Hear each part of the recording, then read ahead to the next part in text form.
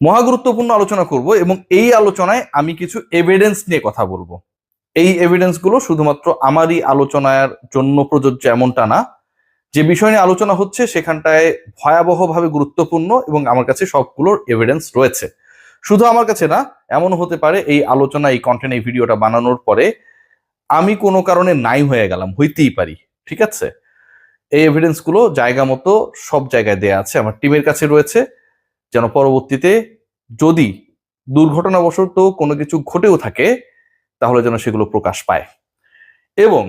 কোনো উল্টাপাল্টা কোনো কিছু যদি হয় তাহলে সংশ্লিষ্ট যারা আসলে এগুলোর সাথে জড়িত ছিলেন এবং যাদেরকে নিয়ে আমি আলোচনাটা করছি,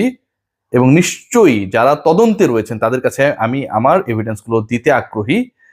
তারা ব্যাপারটা খতিয়ে দেখবেন যে আমার এই কন্টেন্টের কারণে আসলে কোনো হুমকি আসছে কিনা। ডিসকাশন করতে চাই বাংলাদেশ ক্রিকেট বোর্ড নিয়ে জলঘোলা হয়েছে, হবে। যেই জলঘোলাটা শুরু হয়েছিল নাজমুল হাসান পাপনের পর, যখন ফারুক আহমেদ দায়িত্ব নিলেন। ফারুক আহমেদ যখন বিসিবি সভাপতির দায়িত্ব নিলেন সেটা নিয়ে খুব বেশি কথা বলার সুযোগ নাই, কারণ তৎকালীন যিনি সভাপতি ছিলেন সেই নাজমুল হাসান পাপন তিনি পদত্যাগ পত্র পাঠিয়েছিলেন, এবং পদত্যাগ পত্র পাঠানোর পরে জাতীয় ক্রীড়া পরিষদের কোটায় দুজন ডিরেক্টর বোর্ডে ঢুকলেন, এবং সেই দুজন ডিরেক্টরের সাথে যারা এক্সিস্টিং ছিলেন, বাংলাদেশে ছিলেন পাপনের বোর্ডের রয়ে যাওয়া ডিরেক্টররা, তারা নির্বাচিত করলেন ফারুক আহমেদকে বাংলাদেশ ক্রিকেট বোর্ডের সভাপতি, এবং এটা নিয়ে খুব বেশি আলোচনা সমালোচনার সুযোগ নেই। কিন্তু সবচেয়ে বড় ওই যে থাকে না, উড়ে এসে জুড়ে বসার যে ঘটনাটা ঘটেছিল, সেই ঘটনা ঘটেছিল হচ্ছে ফারুক আহমেদ যখন বাংলাদেশ ক্রিকেট বোর্ডের সভাপতির জায়গা থেকে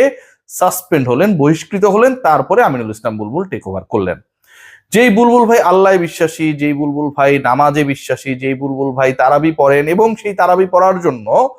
পুরো রমজান মাসে তিনি বাংলাদেশে শুধু থাকলেন না এমনটা না,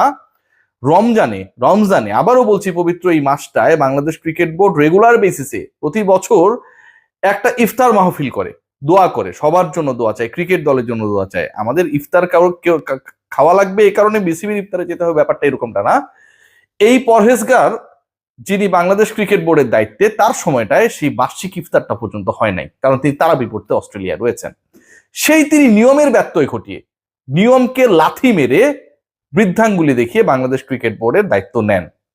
কিভাবে নেন? ইমপিচড করা হয় ফারুক আহমেদকে, আমিনুল ইসলাম বুলবুল বাংলাদেশ ক্রিকেট বোর্ডে চলে আসেন।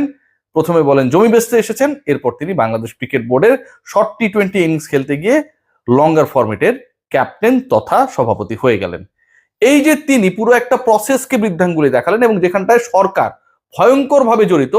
এবং আসিফ মাহমুদ সজীব ভুঁইয়া সেই সময় যিনি ক্রীড়া উপদেষ্টা ছিলেন, তিনি বিভিন্ন টক শোতে বলেছেন গিয়ে যে কিভাবে ফারুক সরেছে, কিভাবে বুলবুল এসেছে, এবং পুরো প্রসেসে তার ইন্টারফেয়ারেন্স, তার ইনভলভমেন্ট নিয়ে তিনি পরোক্ষভাবে স্বীকারোক্তি দিয়েছেন। এই যে সরকারি ইন্টারফেয়ারেন্স, সরকারের হাত ধরে বাংলাদেশ ক্রিকেট বোর্ডের সাথে হাত মেলানো, সভাপতির দায়িত্বে গিয়ে বসে পড়ার যে কর্মকাণ্ড আমিনুল ইসলাম বুলবুল করলেন, এটা নিয়ে কোনো ধরনের সরকারি ইন্টারফেয়ারেন্স কিংবা প্রভাব থাকলো না। কিন্তু যখন সরকার থেকে আমিনুল ইসলাম বুলবুল দ্বিতীয় দফায় নির্বাচিত সভাপতি হলেন মহাবিতর্কিত ইলেকশনের মাধ্যমে, এটা নিয়ে তদন্তের কথা বলা হলো, তখন আমিনুল ইসলাম বুলবুল তিনি দাবি করছেন, তার বোর্ড দাবি করছে, থুক্কু বোর্ড না, কিন্তু বোর্ড না, আবারও বলছি এটা বোর্ড না, কারণ জাগো নিউজে আরিফুল রহমান বাবু ভাই আমাদের একটা রিপোর্ট করেছেন যে বাংলাদেশ ক্রিকেট বোর্ডের 25 জন ডিরেক্টরের মধ্যে 24 জনই জানে না যে আমিনুল ইসলাম বুলবুল এনএসসি কে চ্যালেঞ্জ করেছেন, এবং এই তদন্তের বিরুদ্ধে তিনি একটা অবস্থান জানিয়েছেন। এবং যে চিঠিতে বলা হয়েছে আইসিসির সাথে আমাদের পরোক্ষ যোগাযোগ হয়েছে, যদি তদন্ত কার্যক্রম অব্যাহত থাকে বাংলাদেশ ক্রিকেট বোর্ডকে ইনভলভ না করে, তাহলে ভবিষ্যতে ইঙ্গিত দেওয়া হয়েছে